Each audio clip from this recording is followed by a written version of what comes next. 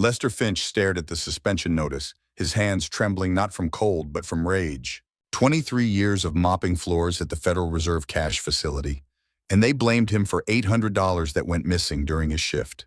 $800 he never touched, never saw, never even knew existed, until Security Chief Brennan called him into that sterile office and accused him of theft.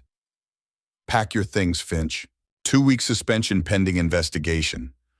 The words echoed in his head as he walked through the December slush toward his rusted Honda. His daughter Maggie's medical bills sat unpaid on his kitchen table, $37,000 for cancer treatments that insurance refused to cover. The mortgage was 3 months behind, and now this. He fumbled for his keys, dropping them in a puddle. As he bent to retrieve them, something caught his eye near the loading dock's dumpster, a white plastic card partially buried under cigarette butts and coffee cups.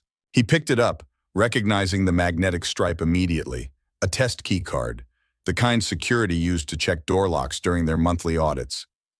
"Finch!" He spun around. 2 guards stood near the employee exit, their voices carrying on the bitter wind. $47 million in 20s and 50s tomorrow night. Transport gets delayed until Thursday because of the storm warning. Overtime for us then. Easy money watching money. They laughed and disappeared inside. Lester pocketed the key card, his mind racing. $47 million, sitting in that building for 3 extra days because of weather. He drove home in silence, the suspension notice crumpled on his passenger seat. His apartment smelled like disinfectant and desperation. Maggie lay on the couch, her bald head covered by a knit cap he'd bought at Goodwill. 17 years old and dying because they couldn't afford the treatment protocol her oncologist recommended. "Dad? How was work?" He forced a smile. "Fine, sweetheart. Just fine."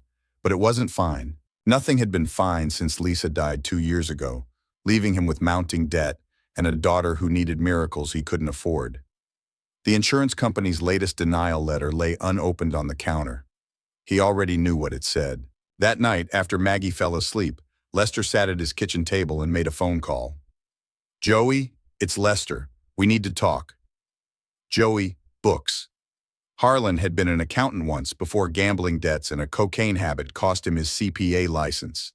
Now he drove for a moving company and lived in a studio apartment that smelled like instant coffee and broken dreams. But his mind still worked like a calculator, and he understood money better than anyone Lester knew. They met at Denny's on Route 9, the kind of place where nobody asked questions and the coffee was strong enough to keep you awake through any conversation. "You're talking about robbing the Federal Reserve," Joey said, stirring sugar into his 4th cup. "That's not like knocking over a gas station, Les. I'm talking about survival." Lester showed him the medical bills, the mortgage statements, the suspension notice. "They're going to let my daughter die while $47 million sits in that building for 3 days. Joey studied the papers, his accountant's brain automatically calculating debt-to-income ratios and payment schedules. "Even if we could get inside, and that's a massive if, how do we move that much cash? We don't take it all, just enough." Lester pulled out a napkin and sketched the building's layout from memory. Loading dock here, security station here, vaults on sublevel B, but the sorting room on ground level has overflow storage during heavy transport weeks. "You've thought about this before. Every night for 2 years. Joey leaned back, studying his old friend.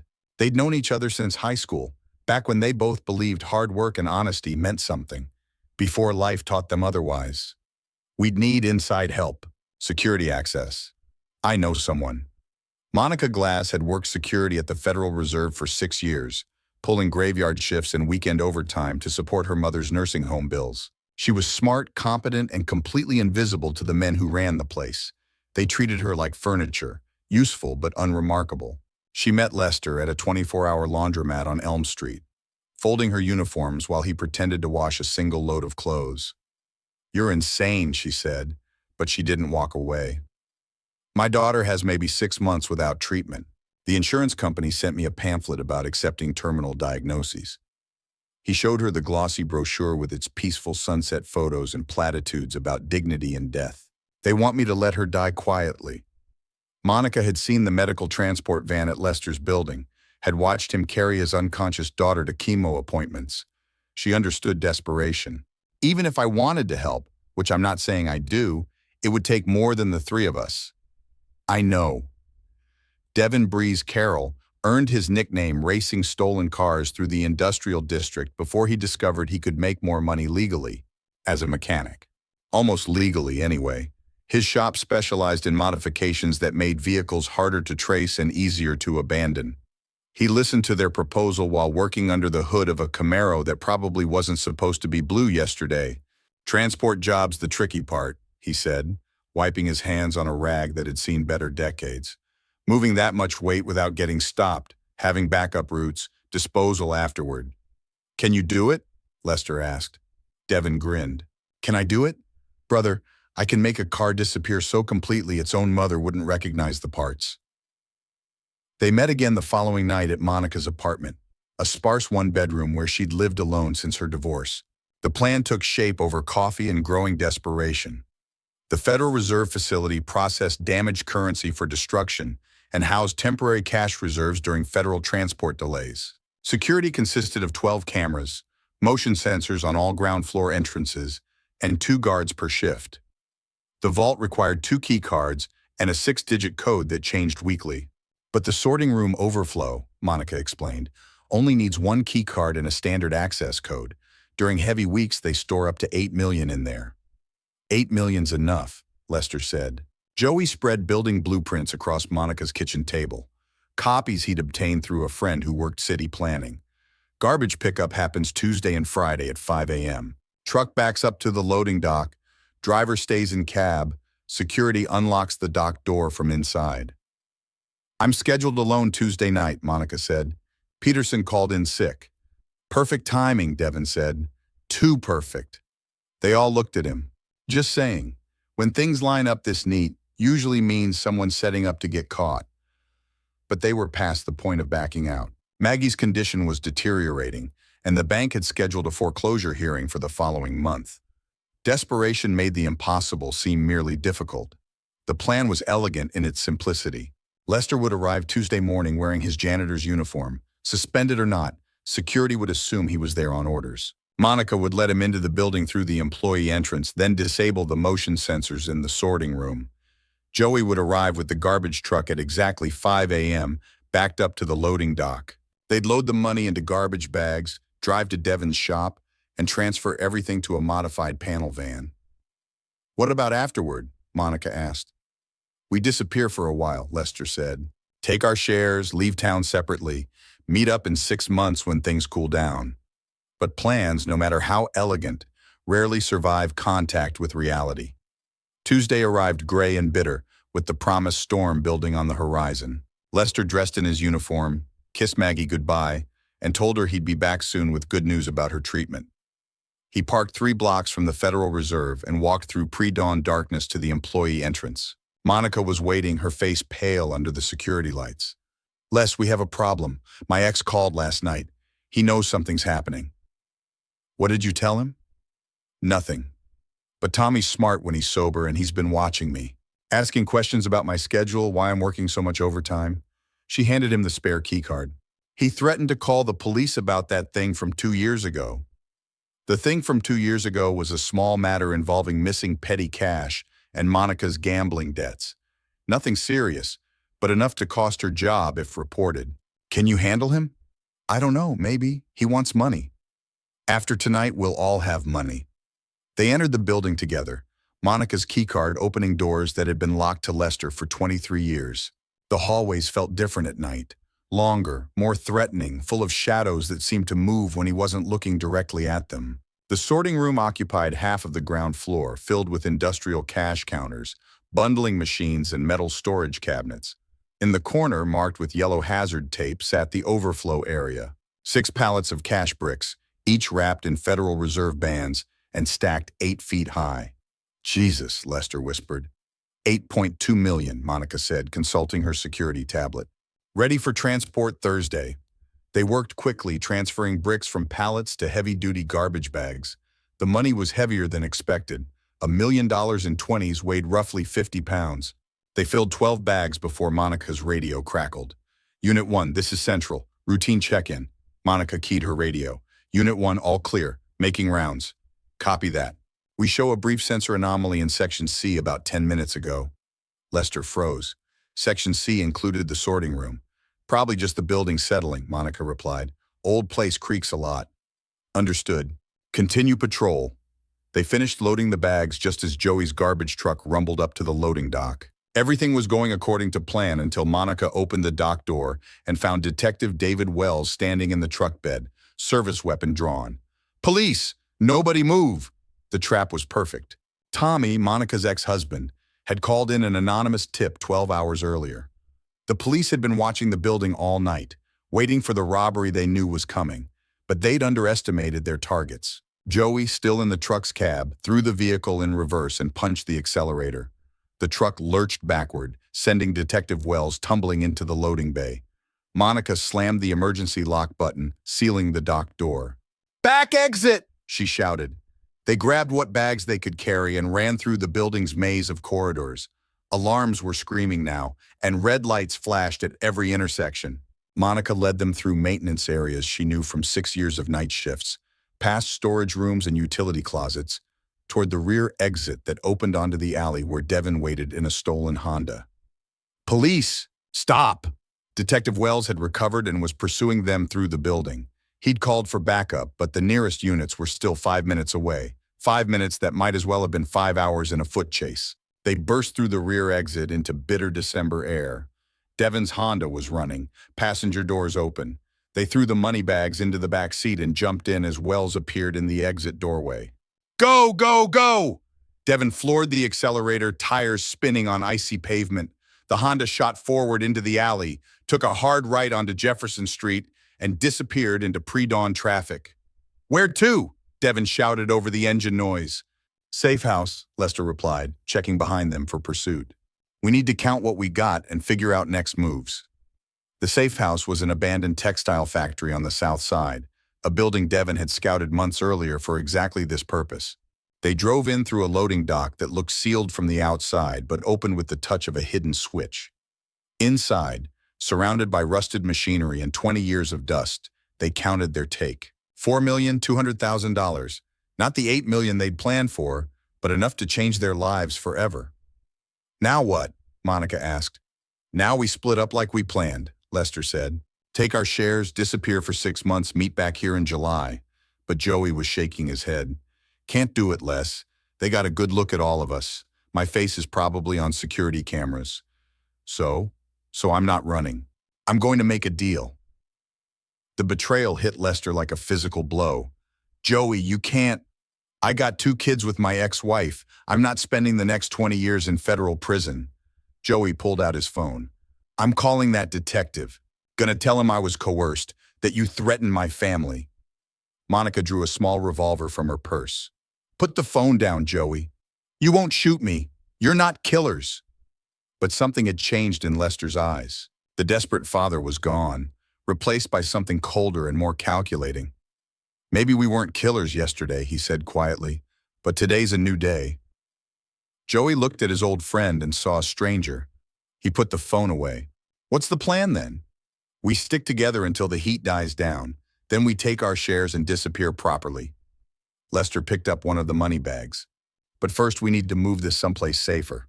The storm that had delayed the federal transport hit that afternoon with the fury of a Midwest winter. Snow fell in sheets, closing roads and grounding the FBI helicopter that had been searching for them. It was perfect cover for moving $4 million across town to a new hiding place. They split the money into smaller caches, burying some in Devin's shop and storing the rest in a storage unit Monica rented, using fake identification. By evening, the cash was scattered across 6 locations, and they were holed up in a motel on Route 66, watching news coverage of their crime. "The FBI is treating this as a domestic terrorism incident," the reporter said. "The suspects are considered armed and extremely dangerous." Domestic terrorism. Armed and extremely dangerous. Lester almost laughed. 24 hours ago, he was a janitor worried about making rent. Now he was a federal fugitive with a price on his head. His phone buzzed, a text from an unknown number. "We need to talk. Detective Wells." Lester showed the message to the others. "It's a trap," Monica said. "Maybe. Or maybe he wants to make his own deal." Lester typed back, "What do you want?" The response came immediately. "The girl, your daughter. She's in the hospital." Lester's blood turned to ice. He called Maggie's phone, got voicemail, tried the hospital. The nurse who answered was evasive, said she couldn't discuss patient information over the phone. "I have to go," he told the others. "Les, don't," Devin warned. "It's obviously a setup," but Lester was already grabbing his coat. "She's my daughter." The hospital parking garage was nearly empty at 11 p.m. Lester parked on the third level and took the elevator to the oncology ward, where he'd spent so many sleepless nights over the past year. The nurses knew him, smiled sadly as he approached the desk. "Room 314, the charge nurse said. "She's been asking for you." Detective Wells was waiting in the hallway outside Maggie's room, but he wasn't alone. A woman in a dark suit stood beside him, FBI from the look of her credentials. "Mr. Finch, I'm Special Agent Rebecca Salter. We need to talk. After I see my daughter." "Of course." Maggie looked smaller than ever in the hospital bed, her face pale against white pillows. But she was awake, alert, even managed a weak smile when she saw him. "Dad, the doctors say I can start the new treatment tomorrow. They say someone paid for everything." Lester's throat tightened. "That's wonderful, sweetheart. Who would do that? Pay for a stranger's treatment?" He kissed her forehead. "Sometimes good things just happen." Agent Salter was waiting when he stepped into the hallway. "Anonymous donation," she said. $250,000, cash, delivered this afternoon with instructions that it be applied to Maggie Finch's medical bills. "I don't understand." "Someone wants you to know they're watching, that they can reach the people you care about." Agent Salter studied him carefully. "The question is whether they're trying to help you or threaten you." Lester said nothing. "We know about the Federal Reserve job. We know it was an inside operation, probably involving Monica Glass and at least 2 other accomplices. What we don't know is where the money is or whether you're planning additional crimes. I want a lawyer. You're not under arrest. Yet. But you're running out of time to make this easy on yourself." She handed him a business card. "When you're ready to talk, call me." Lester returned to the motel to find it empty. Monica and Devin were gone, along with their share of the money. A note on the bathroom mirror read, "Sorry, too hot. We'll contact you when safe. M&D." He was alone with $4 million and the growing realization that he'd crossed a line he could never uncross. The desperate father was gone. In his place stood someone harder, smarter, and infinitely more dangerous. Someone who was just getting started. Over the next 3 months, Lester Finch became a ghost. He moved through the country using fake identification Joey had helped him obtain years earlier for an insurance scam they'd never completed. He rented apartments with cash, bought used cars from private sellers, and stayed in motels that didn't ask questions. But he wasn't running. He was planning. The FBI had frozen his legitimate bank accounts and posted his photo in every post office from Maine to California. Agent Salter appeared on television twice, calling him a dangerous fugitive who may be planning additional crimes against federal institutions. She was right. Lester had discovered something during his years mopping floors at the Federal Reserve. The facility was just one link in a much larger chain. Every month, armored cars transported cash between reserve banks, following predictable routes at predictable times. The drivers were careful but not paranoid. The guards were competent but not elite. And the trucks carried more money than he'd stolen from the building. His first intercept was in Ohio, on a lonely stretch of Route 50 between Chillicothe and Athens. 2 men in a Brinks truck, transporting $12 million from Cincinnati to Columbus. Lester blocked the road with a stolen pickup, approached the cab wearing a ski mask and carrying a shotgun he'd never intended to use. "Step out of the vehicle. Keep your hands visible." The guards were professional, followed protocol exactly. They didn't resist when he zip-tied their hands and left them beside the road with their cell phones intact. By the time they called for help, he was 20 miles away with $12 million in cash. The second job was in Kentucky, then Tennessee, then Alabama. Each time he refined his technique. Better disguises, cleaner getaways, more secure hiding places for the money. He studied FBI patterns, learned their response times, figured out how they thought. Agent Salter was good, better than Detective Wells, more thorough than the local cops who'd stumbled onto his first job. But she was predictable too. She always arrived at crime scenes exactly 37 minutes after the initial report. She always interviewed witnesses in alphabetical order. She always checked hotels and motels within a 50-mile radius. Lester stayed 60 miles away and paid cash for everything. The newspapers started calling him the highway bandit. Television crews interviewed security experts who praised his professionalism and criticized federal transportation protocols. One talking head compared him to D.B. Cooper. Lester watched the coverage from a motel room in West Virginia, counting money that now totaled $38 million, enough to disappear forever, enough to ensure Maggie would never want for anything. But it wasn't about money anymore. Somewhere between Ohio and Alabama, Lester Finch had discovered he was very good at being a criminal. Better than good, he was exceptional. The desperate father had evolved into something unprecedented, a methodical, patient, utterly ruthless professional who could outthink federal agents and vanish without a trace. His phone rang. Unknown number. "Hello, Lester." He recognized the voice immediately. "Monica, we need to meet. There's something you need to know about Joey." They met at a truck stop outside Huntington, West Virginia. Monica looked older, thinner, like someone who'd been running hard for months. She slid into the booth across from him and ordered black coffee with shaking hands. "He's been talking to them," she said. "To the FBI. I saw him at a field office in Nashville last week." "You sure?" "Positive. He was coming out of the building with that Agent Salter. They were talking like old friends." Lester digested this information without visible reaction. He'd suspected Joey might flip eventually. Fear had a way of breaking down loyalty, but he'd hoped his old friend would at least wait until the heat died down. "What did you tell him about our hiding places?" "Nothing specific, but he knows about your techniques, your patterns. He helped plan the first job." "Where's Devin?" "Mexico, last I heard. Smart enough to get out of the country." Monica lit a cigarette with nervous fingers. "Les, they're getting close. Salter's been to 4 cities where you hit trucks. She's connecting dots." "Let her connect them." Something in his tone made Monica look up sharply. The man sitting across from her bore little resemblance to the desperate janitor she'd known 6 months ago. This Lester was calm, controlled, almost serene in his confidence. "You're not worried." "Should I be? They have resources you can't imagine. Technology, manpower, federal jurisdiction. They have procedures," Lester interrupted. "Rules, protocols. I don't—" He paid for their coffee and stood to leave. "Thanks for the warning about Joey. I'll handle it." "Handle it how?"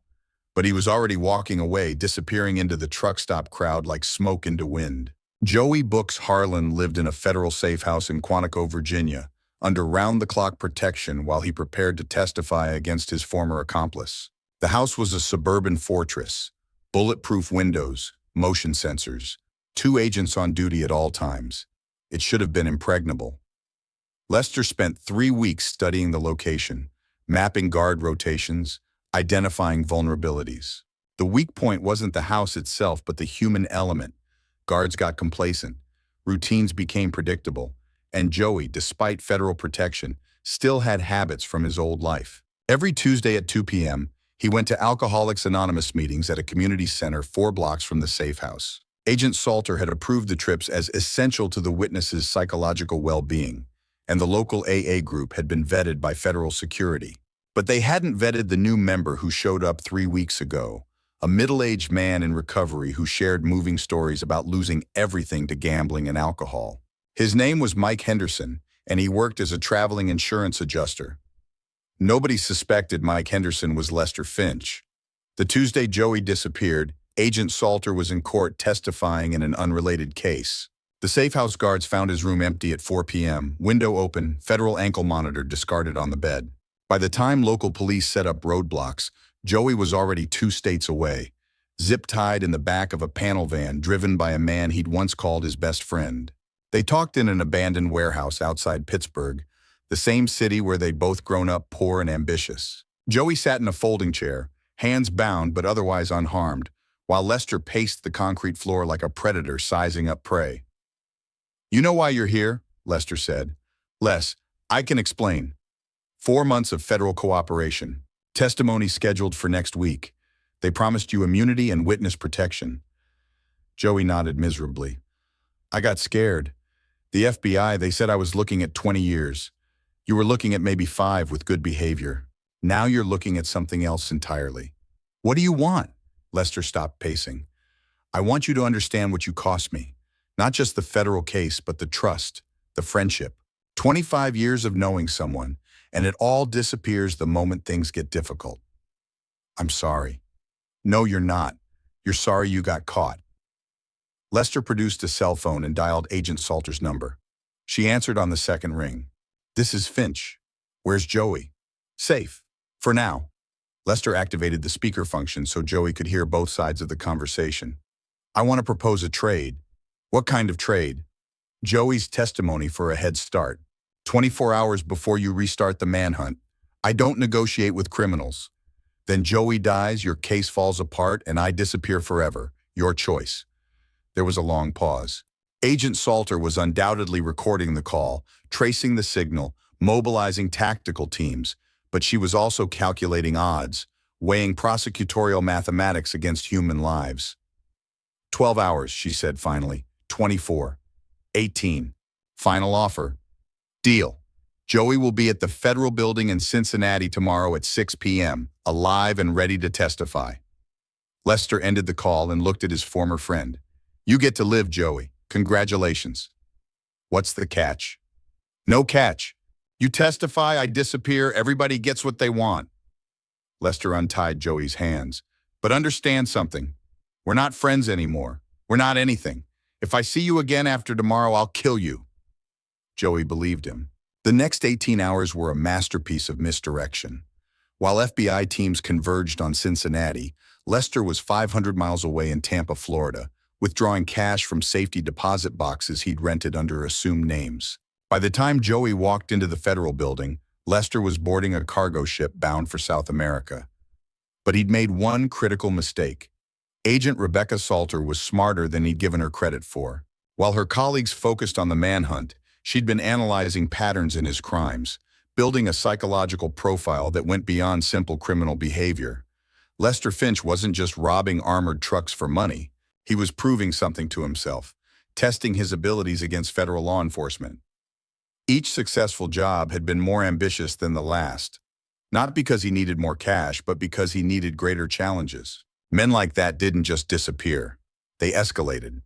Salter spent 3 months reviewing every detail of the case, looking for clues about where Lester might surface next. She studied his financial records, his daughter's medical history, his employment background, even his high school yearbook.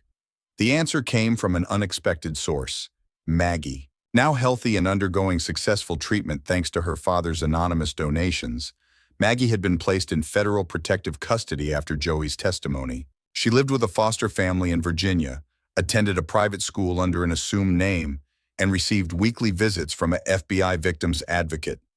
During one of those visits, she mentioned something that made Agent Salter's blood run cold.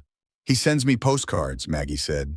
Nothing with his name or location, just pictures of pretty places. But there's always a pattern, the same 3 numbers somewhere in each image. The numbers were 471. Maggie's birthday, April 7th, written in European format. Agent Salter cross-referenced international destinations with significance to that date, looking for places where an American fugitive with millions in cash might establish a new identity. The list was surprisingly short. Monaco had a banking privacy law enacted on April 7, 1956. Switzerland held its annual banking conference every April 7th.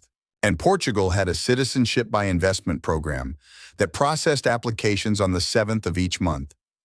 Portugal made the most sense. Warm climate, reasonable extradition laws, a sizable expatriate community where an American wouldn't stand out. Agent Salter requested surveillance of known money laundering operations in Lisbon, Porto, and the Algarve region. She found Lester Finch on a beach in Lagos, watching the sunset with a drink in his hand and $38 million in offshore accounts. He'd been living there for 8 months under the name Michael Harrison, a retired insurance executive from Phoenix. He owned a villa overlooking the Atlantic, drove a modest Mercedes, and dated a local art teacher named Carmen, who thought he'd made his money in real estate. The life was perfect, too perfect to abandon without a fight. Agent Salter arrived in Portugal with an extradition warrant and a team of federal marshals, but Lester had been expecting her. His villa was equipped with security cameras, motion sensors, and escape routes that led to a speedboat moored in a private cove. By the time Portuguese police surrounded the building, he was already at sea. The chase that followed, lasted 6 days, and covered 1,200 nautical miles. Lester had learned to pilot boats during his months in Portugal, and he'd equipped his vessel with long-range navigation equipment and enough fuel to reach Morocco. Agent Salter coordinated the pursuit from a Portuguese Coast Guard cutter, directing helicopters and patrol boats in a maritime manhunt that made international headlines. But Lester stayed ahead of them, using weather patterns and commercial shipping lanes to mask his movements. He might have escaped entirely if Carmen hadn't betrayed him. The art teacher, who'd fallen in love with a mysterious American millionaire, had been working with Portuguese authorities since the day after Agent Salter's arrival. Every romantic dinner, every intimate conversation, every quiet evening watching the sunset had been recorded and transmitted to federal investigators. Carmen knew about the boat, the escape routes, even the safe house in Rabat where Lester planned to disappear permanently. When he arrived at the Moroccan coast, expecting to find safe harbor, he found Agent Salter instead. "It's over, Lester." He stood on the dock with his hands visible, surrounded by Moroccan police and American federal agents. The sun was setting behind him, painting the harbor in shades of gold and crimson that reminded him of better times. "How?" he asked. "The woman you loved sold you out, just like Joey did, just like everyone does eventually." Agent Salter approached slowly, handcuffs ready. "That's what happens when you stop trusting people and start using them." Lester laughed, a sound with no humor in it. "You think this is about trust? You think I became what I am because people betrayed me?" He shook his head. "I became this because I'm good at it, because for the first time in my life, I found something I could do better than anyone else." "Rob banks? Win." Agent Salter cuffed him with practiced efficiency. "You didn't win. You're going to prison for the rest of your life." "Am I?" Something in his tone made her look up sharply, but Lester was already smiling. The explosion came from the speedboat, a massive fireball that lit up the harbor and sent debris raining into the water. In the chaos that followed, screaming police, running civilians, emergency vehicles converging on the dock, Lester Finch vanished like smoke. He'd planned for this moment, prepared for the possibility of capture and betrayal. The bomb had been a distraction, not an escape tool. The real escape was much simpler, a scuba tank hidden beneath the dock, breathing apparatus that would let him swim underwater to a backup boat moored half a mile away. By the time Agent Salter realized what had happened, Lester was already at sea again, heading for international waters in a vessel she'd never seen before. But this time, he wasn't alone. Maggie had turned 18 2 weeks earlier, gained legal independence, and made a choice that would haunt Agent Salter for the rest of her career. She'd contacted her father through an encrypted email account, arranged to meet him in Morocco, and decided to disappear into the criminal life he'd built. "Why?" Agent Salter would ask her later when federal investigators finally tracked them down 3 years later. "You had everything, health, education, a future." "I had everything except my father," Maggie replied. "And he taught me something important. Sometimes winning means becoming someone you never planned to be." They were captured on a beach in Uruguay, living quietly in a seaside town where everyone knew them as a father and daughter who'd retired early from the American business world. Lester was reading a book in the morning sun while Maggie painted watercolors of fishing boats. Agent Salter approached them slowly, not wanting to spook them into running again, but Lester didn't run. He closed his book, kissed his daughter's forehead, and stood to meet his fate with the calm dignity of a man who'd finally run out of moves. 3 years, he said. "Not bad for a janitor from Pittsburgh." "It's over, Lester." "Is it?" He looked at Maggie, who continued painting as if federal agents hadn't just surrounded them. "She's not wanted for anything. No crimes, no warrants. Just a daughter who chose to spend time with her father." Agent Salter studied the young woman whose life had been shaped by one man's transformation from victim to villain. Maggie was beautiful, intelligent, completely devoted to the father who'd given up everything for her medical treatment. And she was smiling. "What's funny?" Agent Salter asked. "He's not my father," Maggie said quietly. The words hit Agent Salter like a physical blow. "What?" "Lester Finch died in Morocco 3 years ago. Heart attack on that dock right after the explosion." Maggie set down her paintbrush and turned to face the federal agents. "The man you've been chasing is someone else entirely." Agent Salter looked at the man she'd pursued across 3 continents, the criminal mastermind who'd outsmarted the FBI for 5 years. He was still smiling. "Who are you?" Michael Harrison, real estate investor from Phoenix, just like my passport says. He produced identification that would pass any federal database check. I met Maggie in a Moroccan hospital where she was recovering from her father's death. Poor kid, all alone in a foreign country with no family, no resources. You're lying. DNA test will prove otherwise. Michael Harrison has no criminal record, no outstanding warrants, no connection to any federal crimes. The man who wasn't Lester Finch spread his hands in a gesture of innocent confusion. I'm just a wealthy American who decided to help an orphan girl. Agent Salter's mind raced through the implications. If this man really was Michael Harrison, then Lester Finch was dead. The real Lester Finch, the desperate janitor who'd robbed the Federal Reserve to save his daughter's life. But the man standing before her had continued the crimes, expanded them, turned a single desperate act into a criminal empire spanning multiple countries. He'd stolen Lester's identity along with his money, his daughter, and his life. The robberies after Morocco? What robberies? I've been living quietly in Uruguay for 3 years. Ask anyone in town. His smile widened. You might want to check your evidence more carefully, Agent Salter. I think you'll find some inconsistencies in your timeline. She would indeed find inconsistencies. Security footage from the later armored car robberies showed a man who moved differently, thought differently, operated with a precision that the original Lester Finch had never possessed. The FBI had been chasing 2 different people, assuming they were the same man. Who are you really? I told you. Michael Harrison. But Maggie was looking at him with something like admiration, and Agent Salter realized the truth was far more disturbing than simple identity theft. Michael Harrison had been a criminal long before he met Lester Finch on that Moroccan dock. A professional who'd spent years studying federal law enforcement, learning their patterns, preparing for the perfect crime. He'd been in Morocco for reasons that had nothing to do with Lester's escape. And when opportunity presented itself in the form of a dying man with millions in stolen cash, he'd seized it. You let him die, Agent Salter said. I let him choose. Die anonymously on a foreign dock, or live long enough to ensure his daughter would be taken care of. Michael Harrison glanced at Maggie, who continued painting as if the conversation didn't concern her. He chose family, and you chose to steal his life. I chose to complete his work. Lester Finch was an amateur, desperate, sloppy, lucky. He would have been caught within months if he'd lived. Harrison pulled out a small notebook and handed it to Agent Salter. Everything's documented. Bank accounts, safe deposit boxes, investment portfolios. $38 million properly laundered and legally invested. Agent Salter opened the notebook, scanning columns of numbers and financial institutions. You're confessing? I'm retiring. 5 years is enough for any career. He looked out at the ocean where fishing boats were returning with the morning's catch. Time to become someone else. We'll extradite you, put you on trial. For what crimes? Michael Harrison hasn't broken any laws, and Lester Finch is dead. I have the death certificate to prove it. He sat back down beside Maggie, who handed him a paintbrush. But you're welcome to try. Agent Salter spent 6 months trying. The DNA evidence was inconclusive. Too much time had passed. Too many samples had been compromised.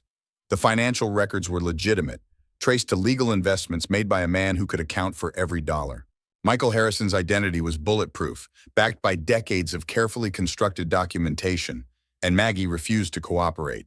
She claimed to remember nothing about her father's crimes, insisted that Michael Harrison had rescued her from poverty and given her a life she'd never dreamed possible. Every psychological evaluation confirmed her story, a traumatized girl who'd blocked out painful memories and embraced the man who'd saved her. The case officially closed on a Tuesday morning in November, 5 years and 8 months after Lester Finch walked into the Federal Reserve building for the last time. Agent Salter filed her final report, recommending that the investigation be suspended pending new evidence. She never found any new evidence. Michael Harrison and Maggie disappeared from Uruguay 3 days before the case closed, leaving behind a note thanking the local community for their kindness. They'd sold their house, closed their bank accounts, and vanished as completely as if they'd never existed. Agent Salter received one final communication 6 months later, a postcard from an unnamed tropical island showing a sunset over crystal clear water. On the back, in handwriting she didn't recognize, were 4 words. Thanks for the challenge. It wasn't signed, but she knew who'd sent it. The man who'd stolen Lester Finch's identity had become something unprecedented, a perfect criminal who'd committed the perfect crime.